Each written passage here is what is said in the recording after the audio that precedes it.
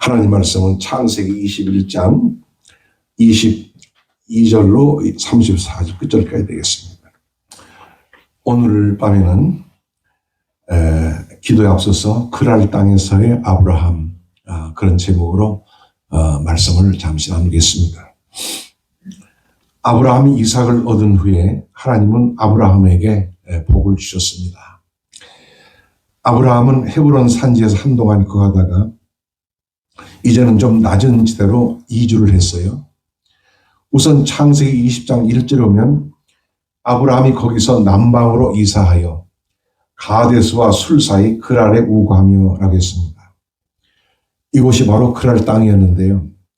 그랄 땅의 왕은 우리가 다 알다시피 아비멜렉이었습니다. 우리는 이미 그랄 왕 아비멜렉이 아브라함의 아내 사라를 취하고자 했다가 하나님으로부터 크게 책망받고 혼이 난 것을 이미 알고 있습니다. 그때 이미 하나님은 아브라함을 이방인들 사이에서 크게 높여주셨어요.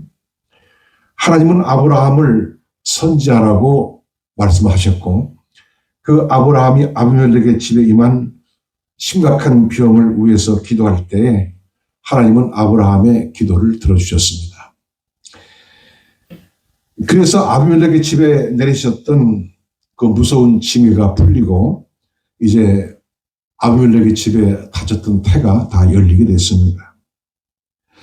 이제 그런 아브라함이 100세에 사라의 나이 90세에 제 아들을 낳았습니다. 그럴 왕 아비멜렉과 그 땅의 사람들이 모두 다 이 일을 보게 되었습니다. 이러한 일들은 분명히 아브라함에게 아주 큰 축복이었습니다.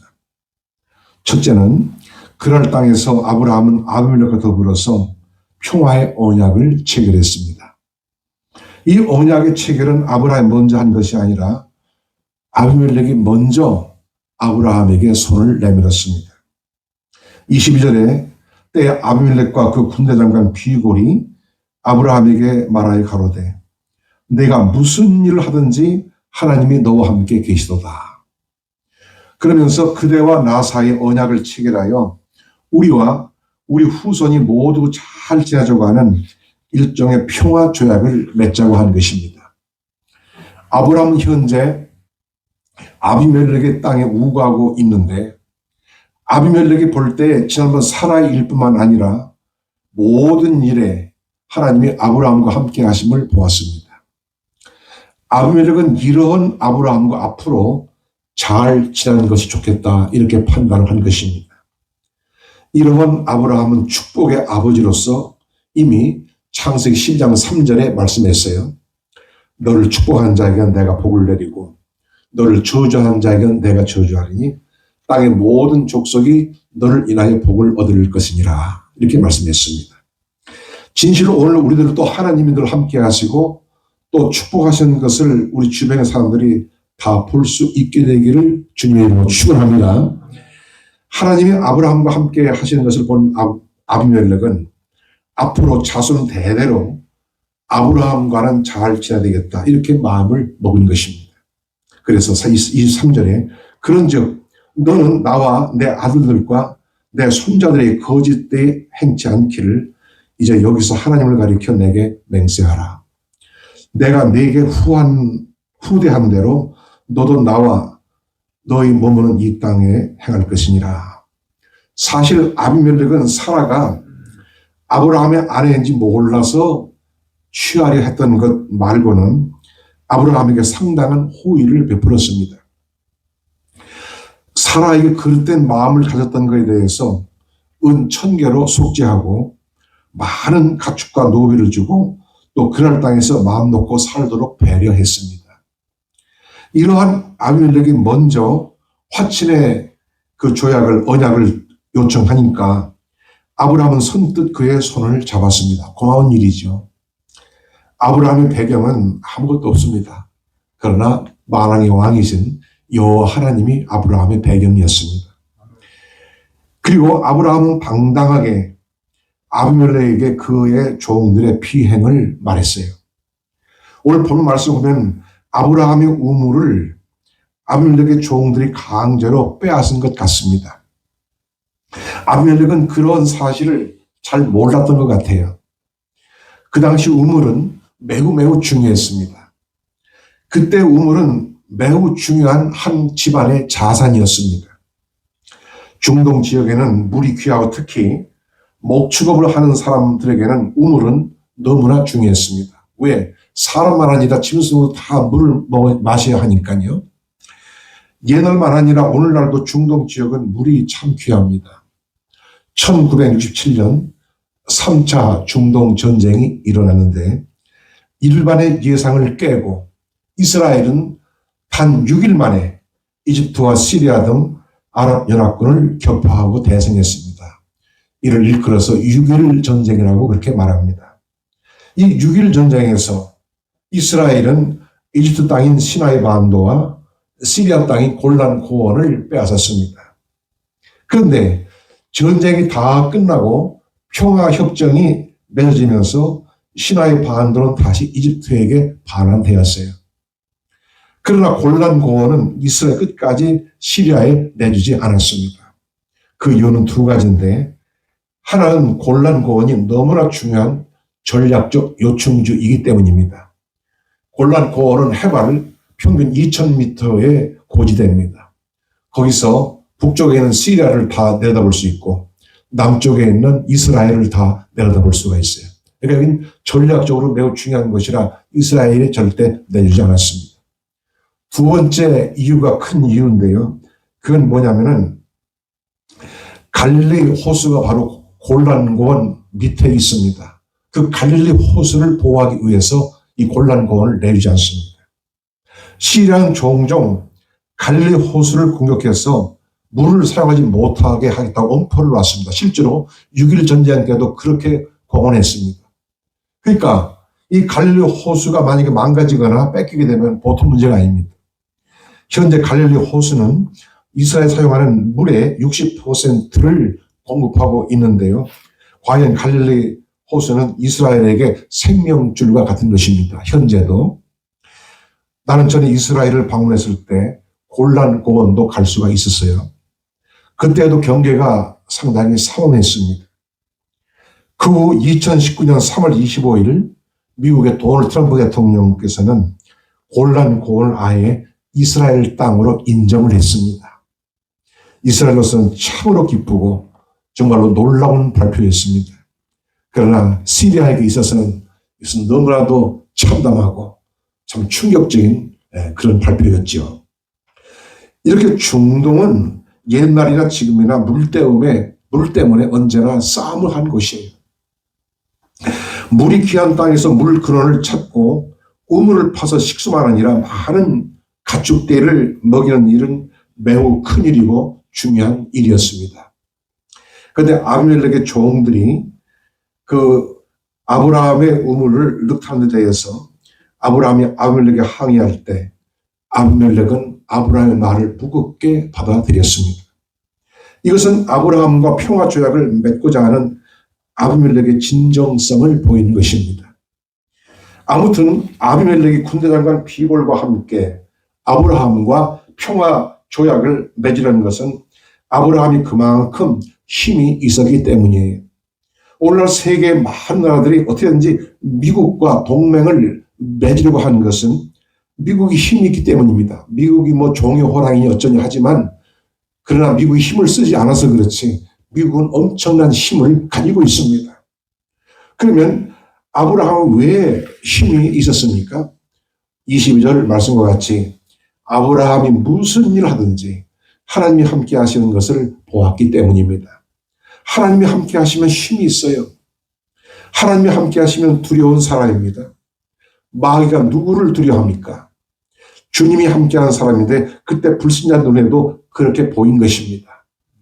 오늘 우리가 주님이 함께 하심으로 세상 사람들 앞에서 크게 보여지기를 진심으로 바랍니다. 오늘 아브라함과 아비멜렉 사이에 양과 소로서 언약을 체결했어요.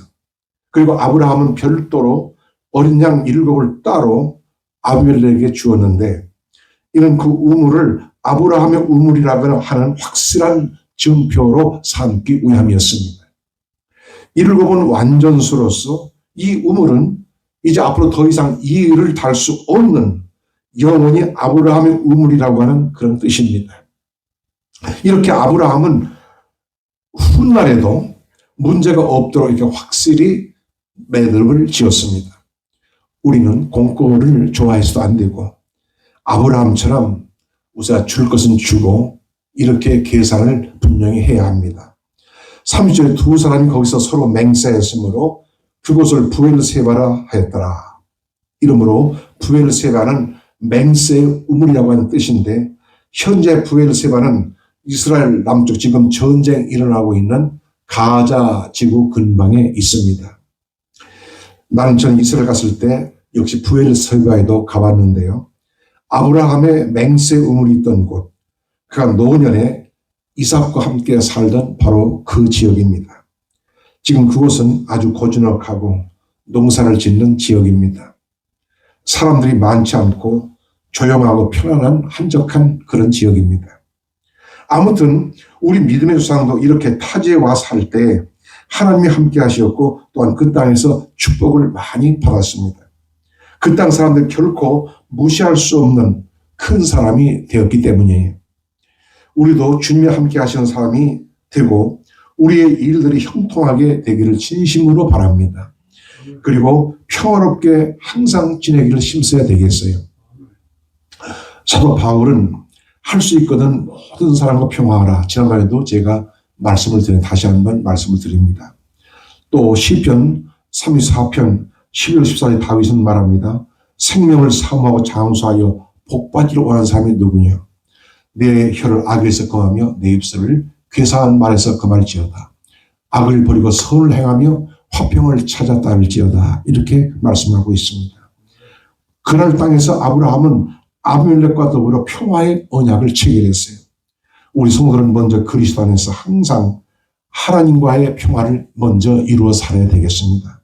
나아가서 언제나 성도끼리 또 우리의 이웃들과 늘 좋은 관계로 살아서 이로써 우리가 이 땅에 뿌리를 내리고 그리고 하나님께 영광을 돌리는 그런 삶을 사는 저와 여러분이 되기를 바랍니다. 둘째로 아브라함은 부엘세바에서 영생하시는 하나님의 이름을 불렀습니다. 33절 34절에 아브라함은 부엘세바에서 에셀 나무를 심고 거기서 영생하신 하나님 여호와 이름을 불렀으며 그가 블레셋 족속의 땅에서 여러 날을 지내었더라. 이미 말씀했지만 부엘세바라는 이름은 맹세 우물이라고 한 뜻입니다. 아브라함은 이렇게 아비멜렉과 굳건하게 약조하고 또 어린 양 7을 별도로 아비멜렉에 줌으로써 확고하게 자신의 우물로 삼았습니다. 그러나 창세기 26장으로 가보면 이삭의 때에 이르러서 아브라함의 이 우물들은 다시 그랄 족속들에게 빼앗긴 것을 볼 수가 있어요. 이러므로 인간들끼리의 맹세나 약속은 영원히 믿을 것은 못 됩니다. 오늘날 세계 평화를 위한 조약과 기구들이 있는데 처음에는 다 그럴듯하고 오래 지킬 것 같지만 그렇게 오래 가지 못합니다. 1차 세계대전이 끝나고 나서 국제연맹이라고 하는 기구를 형성했어요. 앞으로 전쟁하지 말자. 그러나 얼마 못 가서 2차 세계대전이 일어나고 그 연맹은 끝났습니다. 2차 대전이 끝나고서 이제 국제연합 유엔이 결성돼서 70년 이상 지속되고 있는데 오늘날에 와서 유엔은 사실은 아무런 영향가가 없는 그런 기구가 되고 말았습니다. 그래서 예수님도 사실은 우리에게 맹세하지 말라 이렇게 말씀을 했어요. 그저 예하면 예, 아니면 아니요 이렇게 말하고 합니다. 인간의 맹세나 약속은 영원히 지킬 수는 없어요. 그런데 여기 아브라함이 우물가에 에셀 나무를 심었다고 했는데 이 나무는 별다른 고급진 나무가 아니고 그냥 수풀과 같은 나무를 의미합니다. 당시 그 지역에는 특별히 고급진 나무들이 없었어요. 또 내가 가서 봤을 때도 별다른 나무가 없었습니다. 옛날이나 지금이나 사람들은 어떠한 것을 기념하거나 기억하기 위해서 무슨 특별한 일이 있고 난 후에는 나무를 심는 일을 합니다. 기념 식수를 한 것이죠. 아브라함도 아비멜렉으로부터 산 부엘세바의 우물을 자기 것으로 확고하게 만든 후에 이를 기념하기 위해서 에셀 나무를 거기다가 심은 것입니다. 또 말씀하시지만 그만큼 당시 우물은 매우 중요한 자산이었고 귀한 것임을 우리는 알 수가 있습니다. 그리고 중요한 말씀은 거기서 아브라함이 영생하시는 하나님의 이름을 불렀다 한 것입니다. 이는 거기서 아브라함이 하나님께 예배하며 하나님과 교통하고 또 하나님과 동행하였음을 보이는 말씀이에요. 아브라함은 어디를 가든지 하나님께 제단 쌓은 것을 우선으로 하였습니다. 이렇게 아브라함은 이방의 그랄 지방에서 우상 숭배의 땅에서 여호와 하나님을 예배하며 하나님을 높이고 하나님과 교통하는 삶을 늘 힘썼습니다. 여호와 하나님은 그와 같은 아브라함을 인해서 이방 땅에서 영광을 받으셨습니다. 아마도 아브라함의 생애에서 그랄 땅, 곧 부엘세바에서의 삶이 가장 행복했던 시간들이었을 것으로 여겨집니다. 거기서 이삭을 낳았고 그런 사람들과 평화의 조약을 체결하고 또 많은 소유를 얻었고 게다가 부엘세바의 우물까지 얻게 되었습니다. 그리고 늘 집안에 풍파를 가져왔던 하갈과 이스마엘도 하나님이 다 정리하셔서 떠나간 후였습니다. 실로 많은 곡절 가운데서 찾아온 행복이라 이렇게 말할 수가 있습니다. 이렇게 아브라함은 좋은 일이 있고 평안할 때 오히려 하나님을 예배하고 하나님과 동행하며 하나님과 교통했다고 하는 것은 우리가 본받을 만한 일입니다. 이렇게 우리는 힘들고 어려운 일이 있을 때에도 하나님을 예배할 것이요. 평안하고 여유 있을 때에도 하나님 중심으로 살아야 합니다. 이것이 우리 믿음의 조상이 보여주고 있는 신앙의 모습이라 할 것입니다. 아무리 큰 은혜를 입은 사람일지라도 그 평안함에 안주하고 하나님을 가까이 하지 않게 되면 쉽게 타락하게 되고 하나님의 진노를 쌓는 삶을 살게 되는 것입니다. 그래서 힘들 때뿐만 아니라 평안할 때 우리가 늘 주님과 동행을 하는 것이 매우 중요합니다. 34절에 그가 블레 족속의 땅에서 여러 날을 지내었더라. 여기 여러 날이라는 말은 여러 해를 뜻합니다. 아브라함은 부엘세바에서 꽤 긴 세월을 살았습니다. 이는 또한 그것의 삶이 만족하였다는 것을 말해줍니다. 특히 그가 블레셋 족속의 땅이라고 했는데 이것은 그랄 땅이 블레셋 땅이었음을 알 수가 있습니다. 블레셋은 바로 팔레스타인을 말합니다. 또 말하지만 부엘세바는 팔레스타인 땅이 오늘날 이스라엘과 하마스 사이에 전쟁을 치르는 가자 지구 가까운 곳에 위치한 땅입니다. 하나님이 간섭하셔서 이 전쟁을 빨리 끝내주시기를 진심으로 빕니다. 아브라함은 이 그랄 땅에서 이삭을 낳았고 그랄 왕 아비멜렉과 더불어 평화의 조약을 맺었고 그 땅에서 오랫동안 하나님과 동행했습니다. 믿음의 상 아브라함에게 임하였던 그 평화와 축복이 오늘 저와 여러분에게 있길 바라고 이 땅에서 평안한 가운데 우리와 우리 후손들이 뿌리를 내릴 수 있기를 예수의 이름으로 축원합니다.